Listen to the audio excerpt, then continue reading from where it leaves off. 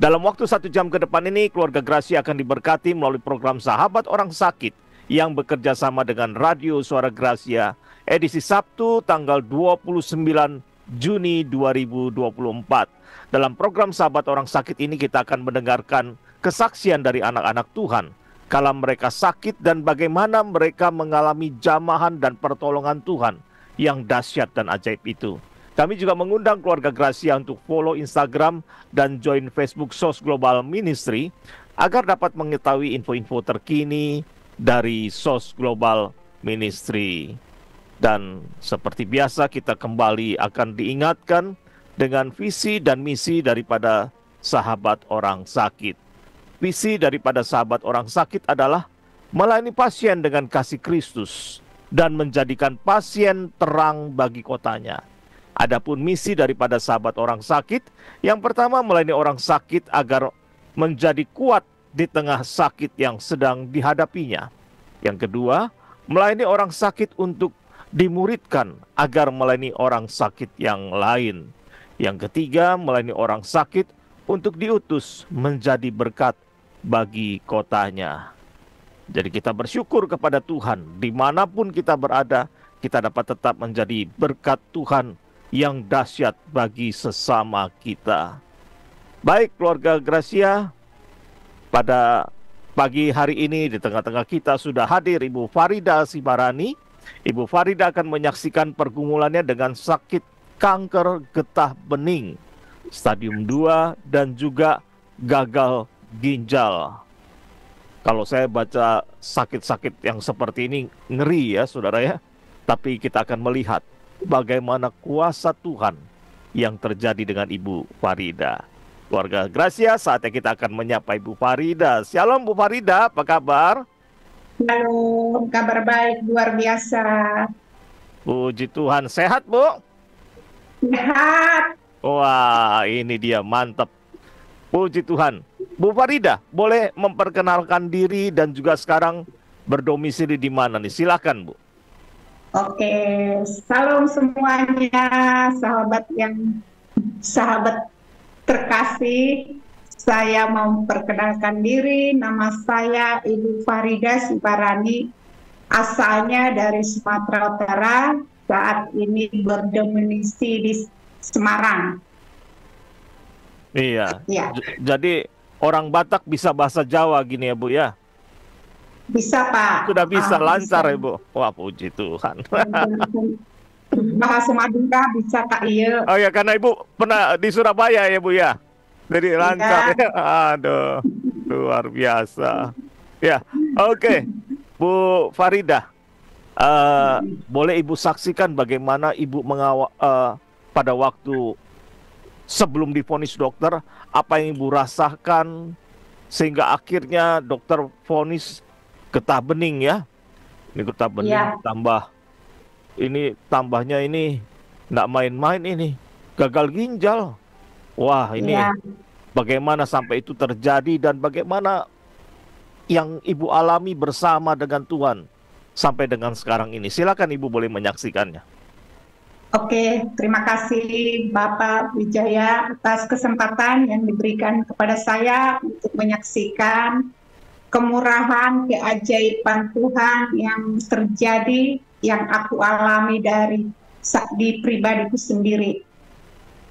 Tahun 2020 terjadi benjolan di dalam mulut saya sebelah kanan, tapi bentuknya masih kecil, sebentuk kerikil berapa gitu ya. Tiba-tiba bangun pagi hari saya terasa saya maaf kata buang ludah, ternyata keluar darah gitu. Saya pikir saya ini ya sakit paru-paru gitu ya, tapi nggak pernah seumur-umur nggak pernah batuk kecuali cuma flu gitu. Tapi saya tidak bawa happy aja, tetap saya beraktivitas seperti biasa. Dan saat itu juga kan dalam keadaan corona ya, jadi saya tidak mau berobat ke rumah sakit. Jadi saya hanya berobat biasa, maksudnya berobat untuk makanan saya jaga, goreng-gorengan saya jaga. dan saya tidak mau berobat ke dokter. Saya hanya percaya ya Tuhan Yesus sanggup menyembuhkan saya gitu. Tahun 2021 saya pulang ke kampung, ke kota Medan. Saat itu juga kan corona yang kedua yang lebih parah. Di 3 bulan saya di kampung di Sumatera Utara merawat mama saya. Pulang dari sana ke kota Surabaya, saya bangun pagi hari juga, saya mau beraktivitas, saya bercermin pagi-pagi gitu, ternyata ada benjolan di sini, di leher saya, nongol segede jengkol, segede pete gitu ya. Saya bilang, saya dalam hati, loh ini kok bisa keluar ya, kok bisa muncul yang dari dalam itu, muncul keluar gitu. Terus saya juga merasa tubuh saya ini semakin kurus, Pak, gitu. Saat itu kan corona masih corona masih inilah gencar-gencarnya.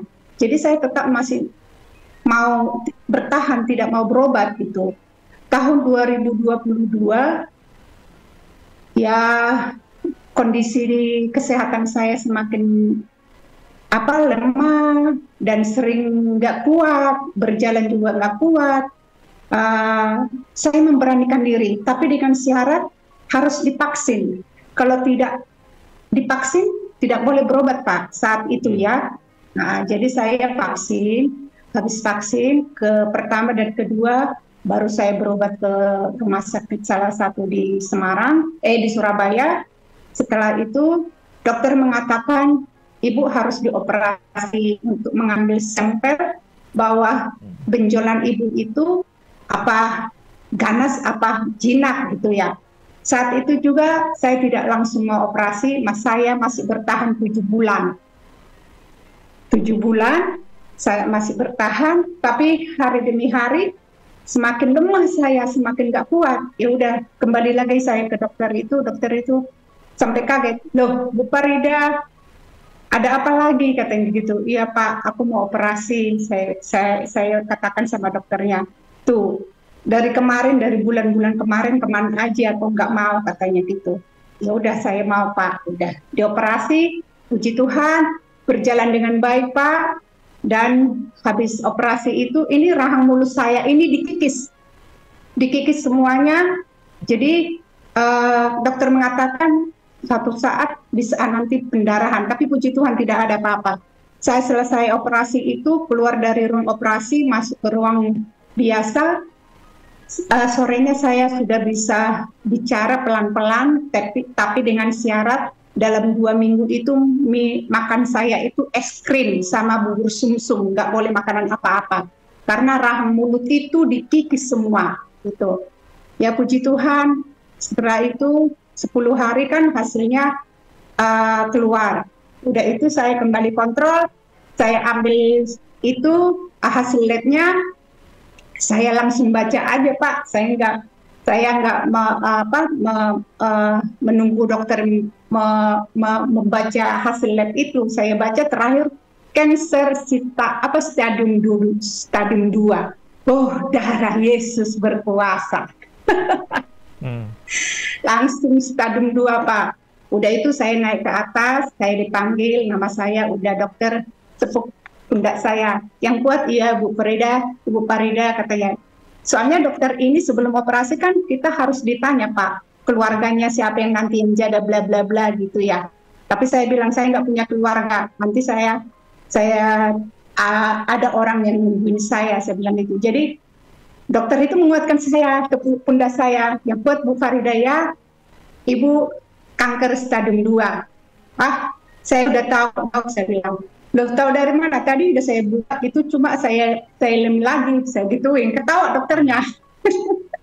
Udah itu saya pulang, dan dianjurkan saya harus di kemo, tapi pindah ke rumah sakit yang lebih besar di salah satu Surabaya, gitu. Tapi saya tidak langsung mau Pak kemo. Saya masih bertahan berapa bulan, 3 bulan. Tapi hari demi hari makin lemah. 1 bulan itu saya pingsan Pak. Jadi saya terpaksa saya berobat. Saya ke rumah sakit salah satu di Surabaya itu masuk opname dalam 3 hari. badan saya disuntik, nggak tahu obatnya obat apa, warnanya warna merah. Jadi setiap saya disuntik itu, badan saya itu di dalam seperti terbakar gitu. Jadi saya teriak, suster, ini obat apa ya? Saya tanya. Ya kan itu obat ya dari dokter yang disuruh, katanya. Dalam hati saya, ini kali mau membunuh saya ya secara pelan-pelan gitu ya. Jadi saya berusaha Pak, tapi badan saya itu udah bengkak. Saya berusaha dengan sekuat-kuat saya seperti yang sehat. Jadi 3 hari saya di situ, saya minta pulang dari rumah sakit itu. Saya minta pulang, saya sudah sehat, diizinkan saya pulang. Habis itu saya pulang, nyampe saya di rumah, ambil barang-barang semua, kembali saya dibawa saudara saya ke Semarang untuk berobat. Sehingga saya berobat di sini, di Semarang ini, di rumah sakit salah satu di Semarang. Setelah itu saya diperiksa, dokter khusus untuk menangani saya. Dokter itu juga kaget. Obat apa yang disuntik kepada ibu ini? Ditanya keluarga saya. Ya kami tidak tahu, katanya. Ya udah. Ternyata dalam 1 minggu itu saya koma. Ya, Bapak sudah saya kirim ya foto saya ya. Waktu pertama bengkak semua. Puji Tuhan, bengkak semua, habis koma, tapi siuman lagi. Tuhan izinkan, masih Tuhan kasih aku umur, kesempatan. Tapi di saat koma itu ya memang setan tidak tinggal diam. Kita dakwa terus, seperti nyawa kita dicabut gitu ya. Tapi saya tetap hanya kepada Tuhan Yesus, hanya kepada Tuhan Yesus. Saya hanya berkata sama Tuhan, Tuhan, Engkau nyawa saya. Tuhan Yesus napas saya. Tuhan Yesus napas saya. Saya tidak minta kesembuhan, tapi saya hanya berdoa, Tuhan Yesus napas saya. Tapi pujian itu tidak pernah berhenti, walaupun kiri kanan saya tidak seiman dengan saya. Pujian itu non-stop gitu.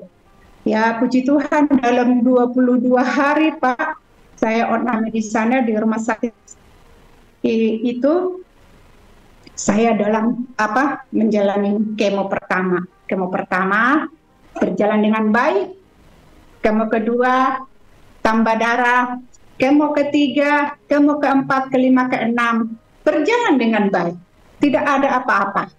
Iya. Tidak ada masalah. Kalau kita kemo itu harus kita dilep semua darah kita. Kalau satu aja yang kurang tidak boleh dikemo gitu. Sedangkan HB kita aja kalau 9, sekian tidak boleh dikemo. Tetapi semuanya itu normal terus, normal gitu. Setelah itu kemo ke-6, habis kemo ke-6, setelah 3 hari badan saya bengkak lagi semuanya. Bengkak semua, bengkak. Maaf kata Pak, saya buang air besar hitam. Saya tidak bisa buang air kecil. Itu. Terus saudara saya datang, saya telepon, tolong aku bawa ke rumah sakit, aku kembali seperti ini, gini-gini itu. Dibawa lagi ke rumah sakit, ternyata dokter memvonis saya sudah gagal ginjal. Luar biasa. Aduh Tuhan, penyakit luar biasa. Divonis gagal ginjal, harus segera cuci darah. Cuci darah ini bekasnya alatnya, ya. Ini masih ada, ya. Cuci darah. Waktu masang alat itu juga sakitnya luar biasa. Tidak pakai bius-biusan, katanya pakai bius, tapi kok bius lokal. Tapi rasanya mending mati ya, mending mati aja. Waktu itu gitu, saya teriak-teriak. Udah itu saya masuk ke ruangan, waktu itu saya masih di UGD karena ruangan tidak ada. Masuk ruangan baru 4 hari, saya masuk ke ruangan itu di ruangan Raja Wali. Ruangan Raja Wali, ternyata saya di lantai dasar Pak. Kalau di lantai 2, ya saya akan bunuh diri saat itu. Ya, karena saya sudah divonis dokter gagal ginjal, seumur hidup cuci darah. Berarti kan tidak ada lagi harapan untuk hidup. Buat apa lagi hidup kalau hanya seperti gini terus, cuci darah, tidak bisa berbuat apa-apa lagi gitu ya.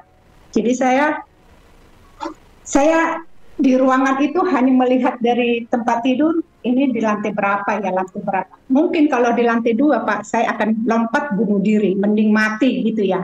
Tapi Tuhan tidak izinkan Pak. Saya tanya yang menjaga saya namanya Ibu Heri, satu iman dengan kita. Bu Heri, ini kita di lantai berapa?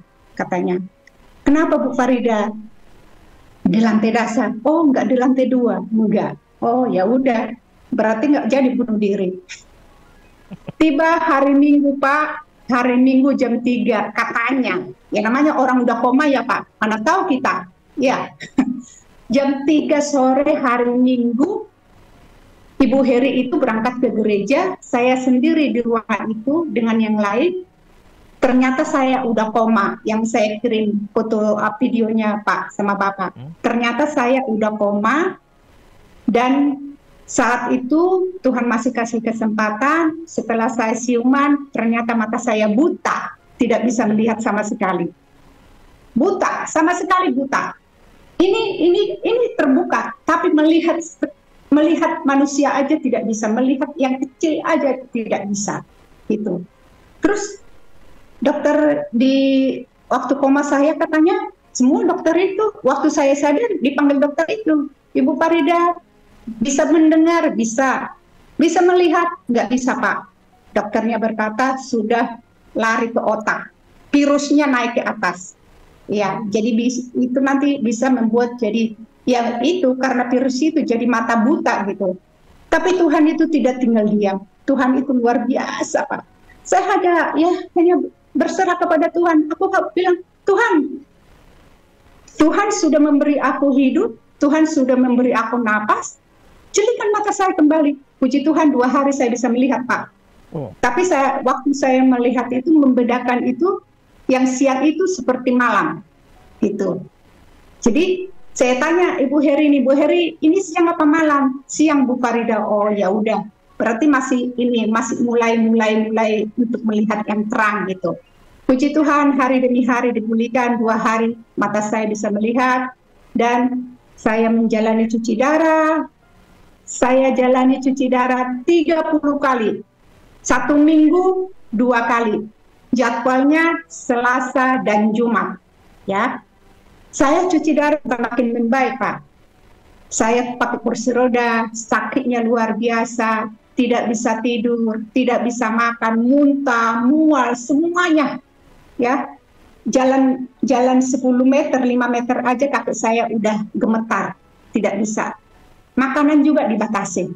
Makanan kalau orang cuci darah itu semua makanan terbatas, tidak bisa susu, tidak bisa ini, buah-buah ini, hanya buah apel dan anggur yang diizinkan. Nggak bisa makan santan, nggak boleh makan hijau-hijau, semua sembarang nggak bisa. Jadi saya jaga benar, memang Pak. Saya jaga, tapi nutrisi saya berkurang gitu. Jadi sehingga saya lemah. Ya, saya saat cuci darah, saya hanya berdoa sama Tuhan.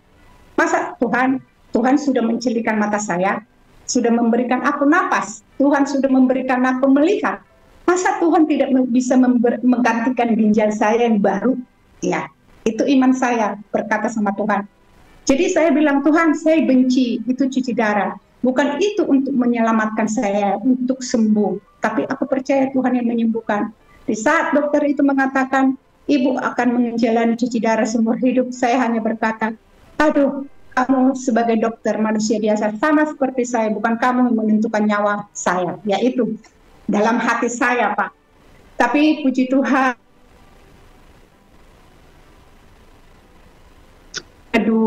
minggu kedua saya ambil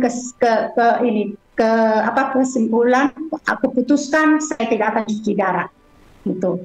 Jadi keluarga itu kalau saya cuci darah diingatkan, Dek, jangan lupa ya cuci darah seperti Kak Ismet, jangan lupa. Enggak, sehari ini saya tidak mau cuci darah. Kenapa, Dek? Orang cuci darah itu nanti bisa lewat, bisa koma ini bla bla bla katanya. Enggak, saya mau lihat mati apa tidak. Seperti itu, katakan saya sama Ibu Risma. Mati apa tidak, bukan cuci darah yang menentukan saya mati apa tidak. Saya bilang, Tuhan yang menentukan. Kalau saya memang udah waktunya mati, kenapa nggak mati dari kemarin waktu koma? Gitu. Ya udah deh, kalau itu keputusan ya udah, aku nggak tahu. Pokoknya udah itu saranku, nggak mau tahu kami katanya. Udah. Ternyata Pak, saya nggak cuci darah itu saat Selasa itu, saya bisa tidur Pak. Jam 5 sore saya bangun gitu. Loh Tuhan, nggak pernah namanya saya bisa tidur loh. kok bisa saya tidur saat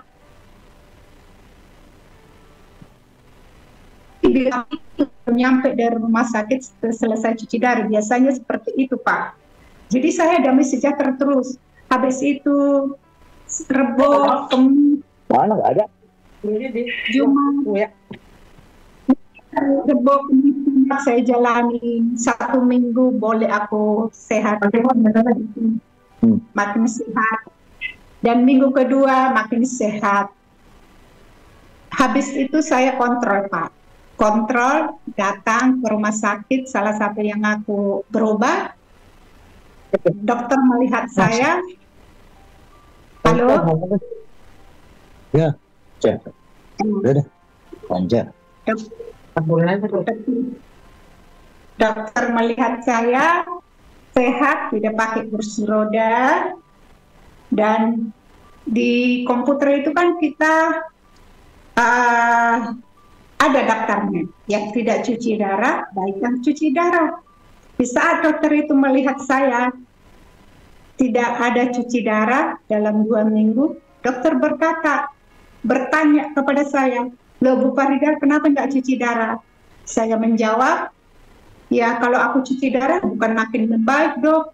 Saya nggak bisa jalan, nggak bisa tidur, makan nggak bisa, dan mual, muntah, bla bla bla gitu. Jalan kaki aja sudah 5 meter udah sakit gitu ya. Puji Tuhan, dokter juga kaget melihat saya keadaan saya saat itu, saya bisa jalan masuk ruangan, dan saat itu juga saya minta dokter itu untuk mencabut alat di dada saya ini. Tapi dokter tidak mau. Karena keputusan saya tidak cuci darah, diriku sendiri, bukan keputusan dari dokter. Sehingga dokter itu tidak mau untuk mencabut alat di dada saya. Tetapi saya berkata sama beliau, Dok, tolong dibersihin, soalnya nanti takut infeksi gitu ya. Saya naik ke lantai 2 tempat HD, semua suster itu pada kaget lihat saya, keadaan saya. Mereka pikir saya itu sudah meninggal. Soalnya secara medis, kalau datang masih hidup, kalau tidak datang berarti sudah meninggal, alias minna ilahi, kata orang mereka gitu. Puji Tuhan, hari demi hari saya semakin sehat. Jadi dokter kasih saya waktu 1 bulan. Kalau saya makin sehat, ini alat akan dicabut. Tapi saya kasih ke dokter 1 bulan, 1 minggu. Baru saya datang kembali, saya dilihat sehat, saya dilihat bisa ceria, dan timbangan saya mulai naik gitu ya.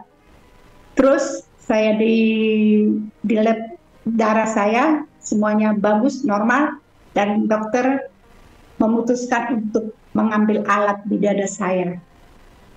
Itu sebagai kesaksian saya, Tuhan kita yang luar biasa. Jadi saya hari ini sudah tidak cuci darah, sudah mau setengah tahun ya, mulai Januari minggu kedua saya sudah tidak cuci darah sampai detik ini. Mujizat Tuhan luar biasa. Orang berkata nggak mungkin, tidak mungkin, tidak ada yang percaya kesaksian saya. Tapi ini yang aku alami, bahwa Tuhan kita itu luar biasa, sungguh ajaib. Ini sebagai kesaksianku. Dan untuk menguatkan saya itu Pak ya, saat itu saya hanya berdoa dan mengingat firman Tuhan di Markus 5 ayat 28-nya. Perempuan Samaria 12 tahun pendarahan ya. Mungkin saat itu seorang wanita itu mungkin udah kemana-mana berobat. Mungkin ya udah ke dukun juga ya, sampai hartanya 12 tahun pendarahan. Ya, secara manusia mungkin 2 bulan aja pendarahan udah mati ya gitu. Tapi dia tidak. Tuhan kasih kesehatan, asalku jamah jubahmu, saya akan sembuh. Itulah imanku kepada Tuhan. Iya. Ya, ini kesaksian. Puji Tuhan ya, Tuhan sudah tolong Ibu Farida dengan luar biasa. Jadi ibu sudah pernah mengalami masa-masa tidak bisa melihat berapa? 2 hari ya Bu ya? 2 hari. Iya. Jadi memang jadi ibu bisa membayangkan orang yang buta, yang tidak bisa melihat, bagaimana keadaan mereka ketika ibu mengalami 2 hari saja itu sudah cukup menderita, apalagi mereka mengalami seumur hidup ya Bu ya. Dan juga ibu cuci darah seminggu 2 kali, Selasa, Jumat ya. Saya juga heran ya, banyak yang bersaksi ini cuci darahnya Selasa Jumat. Untung bukan Senin Kamis Ibu ya. Habis cuci darah Senin Kamis, napasnya juga Senin Kamis gitu. Jadi ini iya, kebanyakan Selasa Jumat saya dengar berkali-kali. Tapi puji Tuhan, Ibu sudah jalani kurang lebih sekitar 4 bulan ada ya, 15 kali ya. Lebih hampir 30 kali. 30 kali ya. 30 kali dibagi 2, 15 minggu. Ya, hampir 4 bulan lah Ibu menjalani.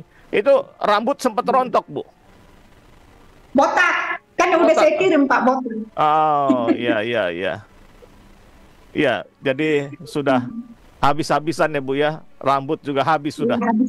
Tapi puji Tuhan. Iya. Ibu sempat mengalami masa tidak bisa berjalan karena masalah cuci darah tadi, atau enggak sempat Ibu ya? Enggak mengalami masa itu, cuman kebutaan. Saya mengalami nggak bisa jalan waktu sakit pertama Pak, kan karena 22 hari OTNAME di rumah sakit itu, jadi saya nggak bisa jalan. Oh. Iya. Selama berapa lama Ibu nggak bisa jalan pakai kursi roda itu? Pakai kursi roda cuma 3 hari. Oh. Iya. Jadi betapa menderitanya kalau orang sampai tidak bisa jalan. Ibu juga sudah mengalami ya. Tadi tidak bisa melihat, tidak bisa jalan 3 hari. Wah, ini sudah satu pengalaman tersendiri. Kita bisa membayangkan orang-orang yang bergumul sakitnya tidak bisa berjalan. Ya, tapi puji Tuhan, Tuhan sudah tolong Ibu. Nggak bisa jalan mungkin karena nggak turun-turun dari tempat tidur Pak di rumah sakit 22 hari gitu. Oh, itu ya menjadi salah satu penyebabnya ya. Jadi mesti kembali berlatih. Iya. Jadi saya megang tembok berlatih Pak. Kalau sekarang sudah aman ya Bu ya, bisa lari juga ya Bu. Udah olahraga. Oh. Iya, jadi puji Tuhan, Tuhan sudah tolong dengan luar biasa. Harusnya cuci darah, Ibu ambil keputusan berhenti dari cuci darah, ya. Dan pada waktu itu berapa minggu kemudian Ibu baru ke rumah sakit? Sebulan kemudian ya? Bukan, saya ambil keputusan tidak cuci darah setelah 2 minggu, baru minggu ketiga saya datang ke rumah sakit ya. Karena keluarga bilang, ayo kontrol dulu bicaranya gimana, kamu soalnya udah 4 kali gak cuci darah gitu. Iya, karena biasanya cuci darah seminggu 2 kali, kali ini ambil keputusan tidak cuci darah, dan sekitar hampir 3 minggu kemudian Ibu baru datang ke rumah sakit. Jadi sampai suster juga bingung ya. Biasanya orang kalau cuci darah, enggak cuci darah, berarti kemungkinannya dia sudah lewat, begitu ya Bu ya?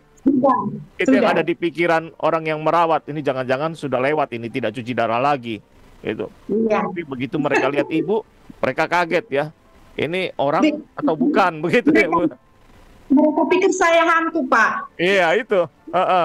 Jadi karena sudah sekian waktu tidak cuci darah, mereka berpikir seperti itu. Tapi puji Tuhan, Tuhan sudah tolong luar biasa. Ibu mengalami satu proses yang dahsyat, tidak cuci darah, sampai sekarang sudah hampir setengah tahun ya, dari Januari ya Bu ya, dari Januari tahun ini, sebentar dikit lagi pas genap setengah tahun ini luar biasa, Tuhan sudah tolong. Dan Ibu pernah coba cek lagi ke dokter? Oh, saya masih kontrol terus Pak, jadi normal semua. Normal semua. Kalau untuk buang air kecil aman sekarang? Aman, lancar. Oh, puji Tuhan. Kalau yang lalu kan karena gagal ginjal ya, problem ya di situ. Sekarang puji Tuhan, semua Tuhan sudah pulihkan. Ya, Tuhan sudah pulihkan dari gagal ginjal, Tuhan sudah tolong dapat pertolongan Tuhan yang luar biasa. Kanker getah bening pun sudah musnah ya Bu ya. Amin. Ya, karena kalau saya lihat dari sini itu jengkol di leher sudah tidak kelihatan Bu. Ya, Tidak ada. ya puji Tuhan. Tuhan sudah sembuhkan, Tuhan sudah pulihkan. Ini dahsyat, luar biasa Tuhan sudah tolong. Nah, tadi Ibu sudah menyebutkan satu ayat ya, bagaimana orang yang sakit pendarahan 12 tahun ketika asal ku jamah saja subahnya dia mengalami kesembuhan dan itu menjadi kekuatan buat Ibu. Nah, pujian apa yang memberkati Ibu? Ibu banyak sekali mendengar pujian nih. Yang memberkati saya hanya Yesus, hanya Yesus. Amin. Yesus, Yesus, Yesus, ku berseru. Yesus, Yesus, ku panggil namamu. Pengabdianku hanya padamu. Yesus, Yesus, Yesus, ku seru. Itu doa saya selalu. Iya. Karena aku berdoa saat itu hanya Yesus. Yesus napas saya. Yesus napas saya. Iya.